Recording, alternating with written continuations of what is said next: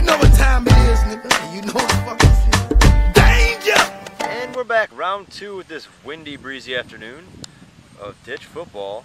We got Team Kyle against Team Brandon, I believe. Matt Mitchell was quoted in the locker room before the game saying, "Watch this, I'm the fucking man." How do you feel about that?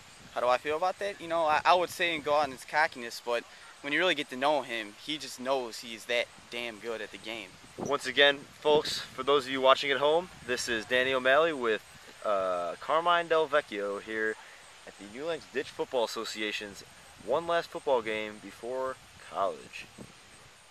So, Dan Malloy, who do you got in this? Team Kyle v. Team Brandon? I'm going to watch out for Team Brandon in this one because they got a couple X factors. They've got Nig Serwinski, hero of last game.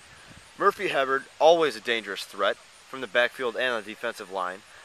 The only thing that I could see stopping him is Matt Wingfield's shitty blocking. How do you feel about Wingfield? Oh man, he's really going to have to step up his game. After watching the film from last game, I am even surprised they're putting him on the line. He is absolute shit at right tackle, let me tell you. Especially because he's a junior in high school. On the other side of the ball, Team Kyle, they've got Jeffrey Hipp and Alex Denman in the linebacking spots. Weak spots I see here are Mark Keller at left corner. Oof, that's going to be a rough matchup that for safety anyone. better be shading on that side, or they are absolutely Safety screwed. Jerome Sizdelko had a strong defensive game in game one. So we will key in on Keller on Brandon Mitchell for the first drive. Well, see, the key for Kyle's team is the linebackers have to play strong. They have to, know when to blitz, know when to stay back and help in coverage, because they could get torched. It looks like they're getting ready up on the And field. here we go.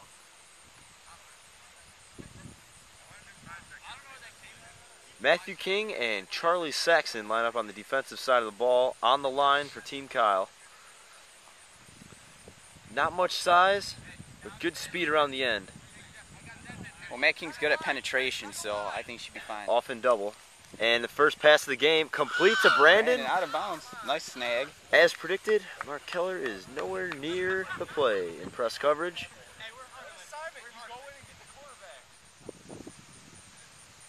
Our cameras are focusing in now on Alex Denman, defensive captain of Team Kyle.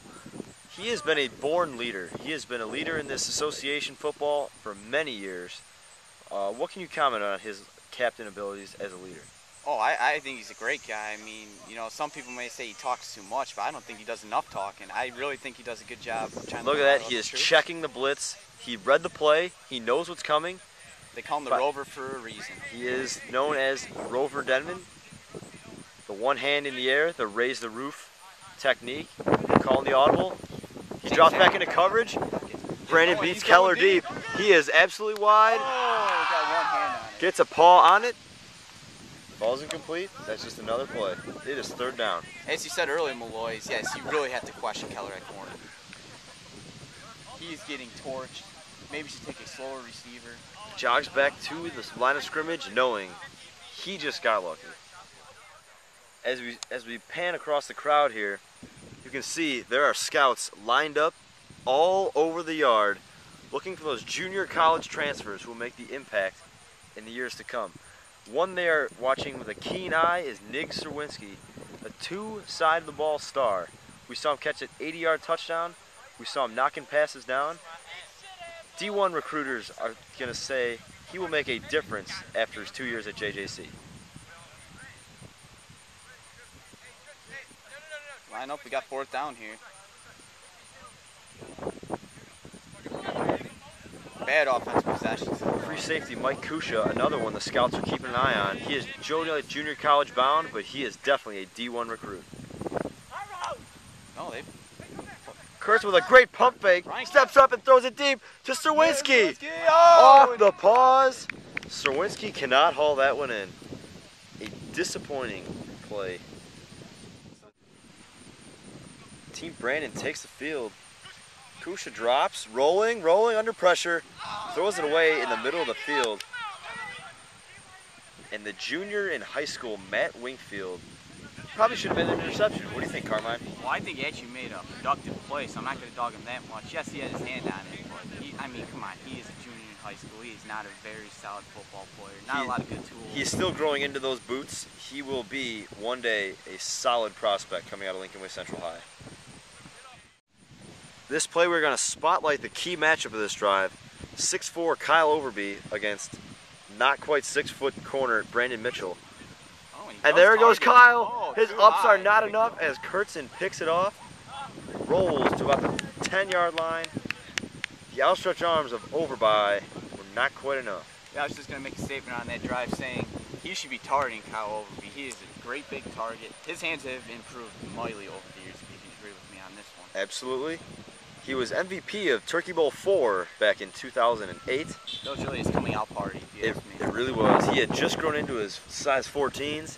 He was just getting about 6'3". We got more of a crowd showing up right now. We've got a white car here. Just looks like a bunch of hipster faggots. They're flipping it That around. is a middle finger, and they pull up in And the they will driveway. get one right back. Thank you very much. They pull into the Casey's driveway, and our cameras are not allowed to show the gesture they just showed us. You've got to watch out for Murphy Hebert coming out of that backfield.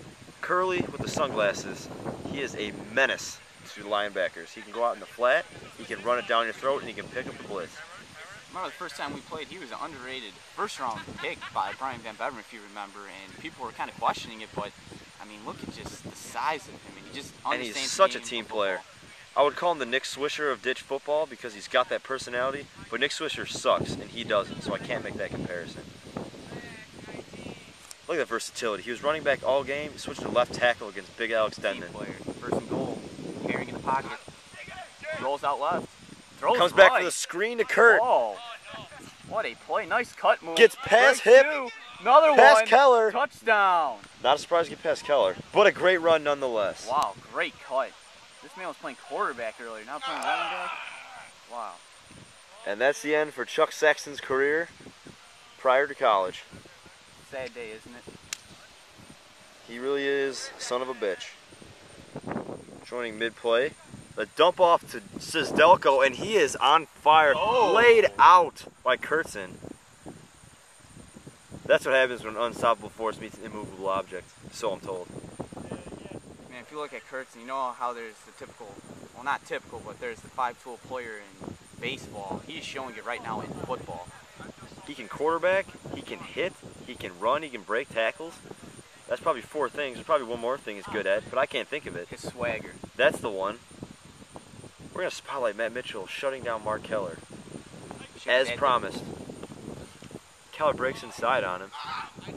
Kusha scrambles. He's got a block. He's got 2. Play. Mitchell can't get a paw on him. Oh, and his he's DOT off to the rips. races. Takes it to the barn. Touchdown. And Kusha came here with 2 shirts on. He will leave with none. As his sleeveless shirt was torn first play of the game, and his wife beater has seen its last play. But it was worth it with a great touchdown scamper of over 50 yards. I mean, you have to question what this defense is doing. I know it had nothing to do with Matt Mitchell, but if he is your best corner, why is he covering Mark Keller?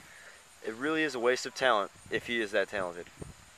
They break huddle. They got a 2-1 lead. See how they manage the game right now. Herring lines up, taking the snap from the gun. The left-hander. He's got poise in the pocket. Throws a strike to Mitchell, who cannot keep his hands on the ball. You know, people might question James Herring's ability to throw the football, but I think he's the most knowledgeable quarterback that we have ever seen in this league. Without a doubt, he knows what he's doing. His execution is usually there. He doesn't have the mobility of, say, a Michael Kusha or a Brandon Mitchell, but he's got the poise of a Brett Favre. Oh, fumble! Hit bulldoze him. Fumble! Who's got that ball? Recovered in the end zone by God knows who. Looks like Matthew King. Matthew King. Recovers for a defensive touchdown. And Matt Wingfield and the rest of the offensive line can only hang their heads because they sucked ass on that play.